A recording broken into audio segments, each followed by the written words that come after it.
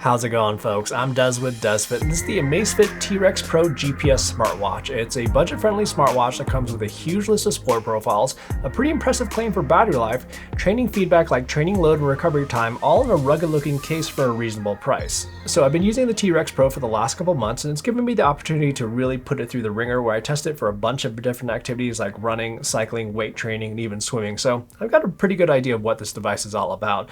So in today's video, I'll be going over everything this device has to offer as well as how it perform with all those activities. And if the information in this video does help you out at all, don't be shy about hitting that like button down below, as it definitely helps this video and the channel out a lot, quite a bit, and I appreciate it. So the biggest standout of the T-Rex Pro is that it sports this really rugged looking design that's supposed to have what Amazfit calls military grade toughness. But just note that the construction is all plastic. And even though it is all plastic, I really haven't had any issues with it over the last few months of testing. It uses a 1.3-inch AMOLED touchscreen display, and quite frankly, it's pretty stunning to look at. It's super bright, very crisp, and it has tons of colors, but that's indoors. When I took it outside in direct sunlight, it became a little bit more challenging to see, so I had to crank up the brightness all the way for it to be viewable outside, and I'm not sure if that has anything to do with the particular coating that they use, which seems to create a bit of a glare.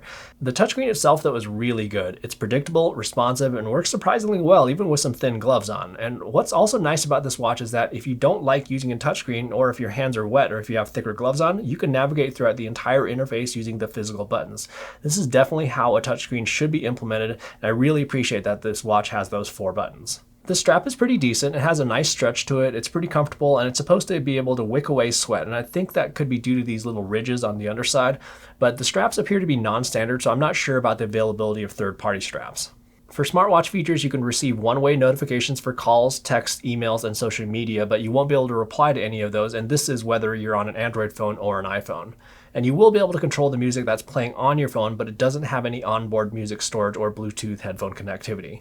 In terms of what kind of sensors it has on board, it has GPS, it has a heart rate sensor along with an SpO2 sensor, it has a compass as well as a barometric altimeter, and we'll get into the GPS and heart rate performance in just a bit, but let's quickly go over the SpO2 accuracy as well as the sleep tracking. The SpO2 sensor, well, it was consistently giving me very high readings compared to a medical grade fingertip SpO2 sensor, so I'm not sure if this feature is going to be a compelling reason to get this watch. And then with sleep tracking, I found that it did an okay job when it came to tracking the time I went to sleep, and the sleep stages were comparable to some other devices that I was wearing. And it also provides quite a bit of detail and lots of good explainer text. But the issue I found is that right here, it says that I fell asleep late and I didn't have enough sleep, and that's true, but it still somehow gave me a sleep score of 87. And on that night, I'd personally give myself a sleep score of something like a 50 because it was not that good. So with SpO2 as well as sleep tracking, it may be a little bit overly encouraging. However, when it comes to battery life, this thing is pretty decent. So I was getting about 10 to 14 days out of it with the stock settings straight out of the box with 50% display brightness,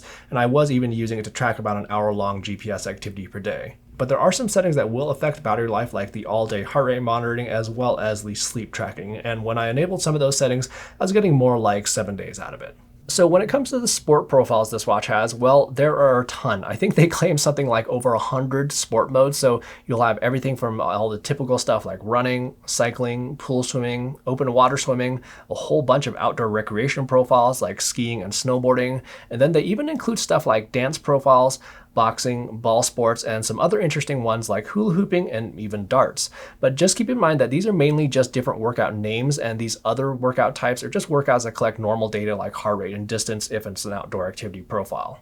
And then when it comes to GPS, for GPS acquisition, as in regards to how quickly the T-Rex Pro is able to get a signal, it's really good, where it usually just takes about 5 to 10 seconds to get a GPS signal.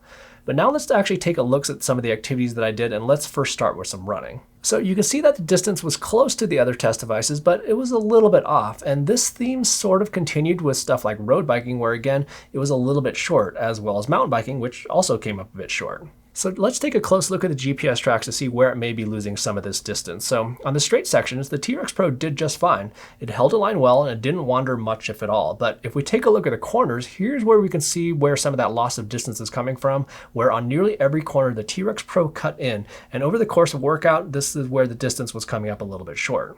And then for heart rate accuracy, well, it was kind of interesting for this watch. So on this run here, it started out pretty high for the first third of the run, but then it settled in for a while, but then it kind of trailed off a bit at the end. And then on this run again, it started out kind of high, but it did settle in for the remainder. And then for indoor cycling, it did a lot better, which really all watches should do a pretty good job with this type of activity. It did start out a little bit low, but that's what a lot of wrist-based heart rate sensors can do, so no big deal there. And then the rest of the ride was good to go. But where I saw the bigger issues was riding outside, where like on this road ride, you can see that it kind of wasn't quite right the entire time. It had a rather large spike at the beginning, and then it was kind of shaky the rest of the ride. With this ride, it was slightly better on the steady state sections, but it totally lost heart rate in this section right here.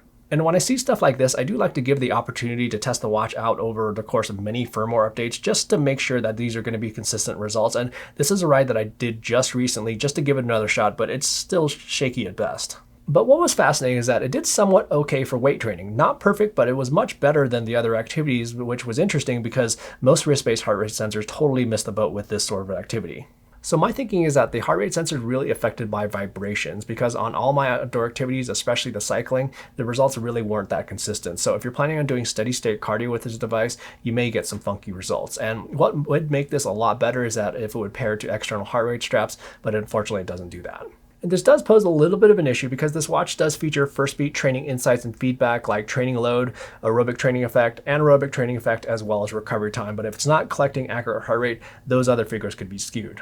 And in terms of the accompanying smartphone app, and it's not the Amazfit app, but something called the Zepp app, is laid out pretty well, and it does a decent job of providing a lot of the information that you want to see. And it does sync with Strava, and most importantly, I found the sync to work very quickly and consistently, where as soon as you sync the watch after you complete an activity, the activity pretty much immediately pops up in Strava, so good stuff there. Oh, and one last thing is that the T-Rex Pro did also do a decent job at tracking pool swims, where it tracked the total distance and laps just fine. It identified my stroke type correctly, and even provides your SWOLF score, but just know that it did not track my heart rate in the water. So when it comes to the T-Rex Pro, it's got some good things going for it, like the rugged build, a really good looking display, as well as very decent battery life, all for a very low price. But if you're looking for GPS and heart rate accuracy, I'd maybe look for something different around that $150 to $200 range, like the Garmin Forerunner 45, the Chorus Pace 2, or the Garmin Venue SQ. Those devices may not have the military-grade toughness of the T-Rex Pro, but they will be able to deliver more meaningful data for your workouts. Plus, they all can pair to external heart rate straps. Anyhow, if you found the information in this video useful, don't be shy about hitting that like button down below, and also subscribing to the channel for plenty more sports tech reviews that are coming soon. In the meantime, have fun out there, and we will see you in the next video.